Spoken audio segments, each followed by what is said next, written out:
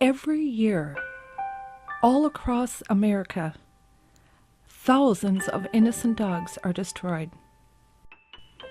Thousands of loving family pets whose only sin is losing their home, abandoned by the family they loved.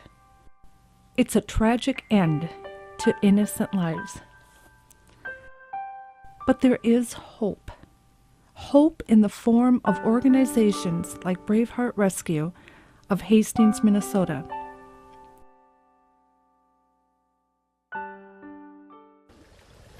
My name is Brandy Tracy, and I am president, owner, and operator of Braveheart Rescue.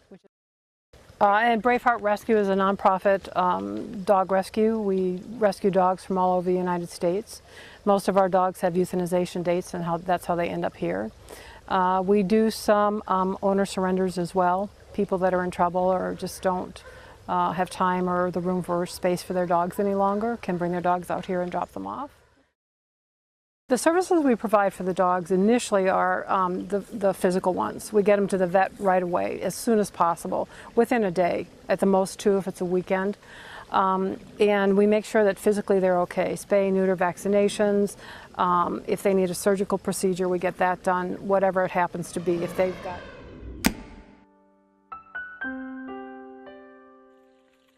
William Wallace, I never even kenneled him. He just wandered around our property. I mean, he got along with kids. I never kenneled him. I never crated him. He just wandered around. He played with everybody. He greeted everybody.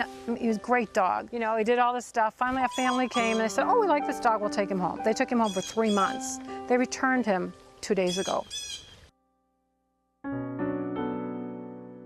Initially, the service we provide is pretty much the physical one, getting their skin cleared up. A lot of them are emaciated, so we make sure that they start getting fed properly and get the right diet. After that, when they're feeling better physically, then I start to observe them psychologically.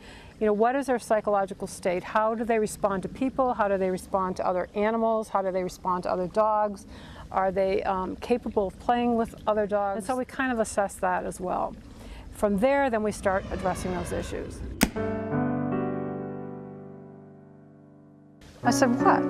"Well, he's getting a little aggressive, and my son wants a husky. Can we look at your huskies?" And yada yada yada. And I'm like, and the guy said, "Well, we have to return him because this is happening." I said, "But unless you follow through with what I tell you to do, you're going to end up with a dog that is not as manageable as the one that you took out of here."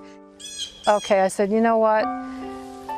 Thanks for your patronage, and I'll see you around." I want them, when they get to a home, to be family ready, essentially, so that people feel like they have some control over their animal right away. But the bottom line is, dogs don't leave here until somebody shows up to adopt them who's right. So if they have to stay even longer, then they do. That's the bottom line. Dogs stay here. So I put the dog out there. I said, "Hey, William, I'm sorry." And he sobbed as they drove out. I mean, it was the most heart-wrenching sound I'd ever heard. That dog just howled and sobbed and just screeched. And I just started crying, and I don't cry easily.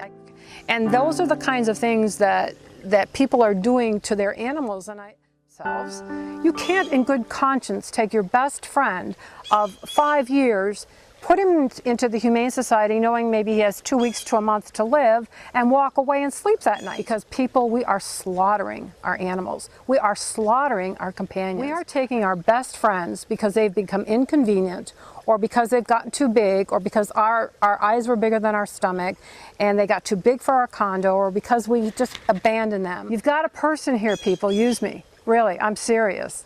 I can get this done. Here's one person right here that is willing to accept, put all her heart and soul into this particular project, which for me is animals, and specifically dogs at this point, to make a real difference, to rescue every single dog in a perfect world that needs rescuing.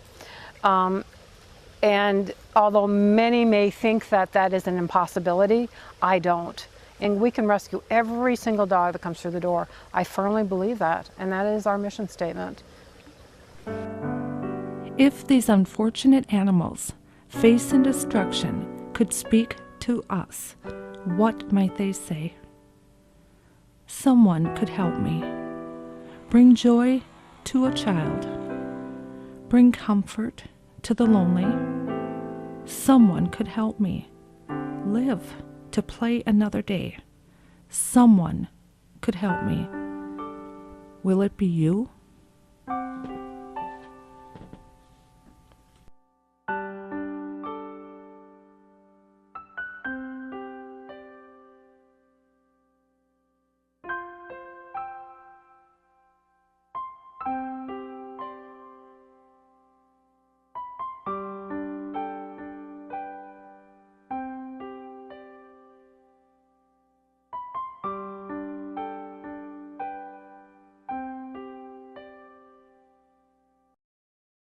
We are what's called a 501c3 nonprofit charitable organization. So all of our funding comes from donations from the public. We're essentially dependent on the goodwill of others.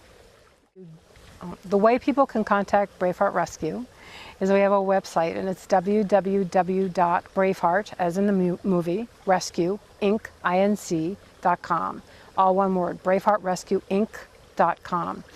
They can also reach us via phone, 612-382-4234. That's my own personal cell phone. If I don't pick up, leave a message, I will call you back. Funding, of course, is invaluable. The other thing is to come on out. Come on out and visit. Meet me, meet our dogs, see what we're doing out here. See the difference it can make when dogs all live together, when they become socialized, when they can go to homes as social animals, as well-behaved animals. See the difference a community approach can make. We do things a little bit differently.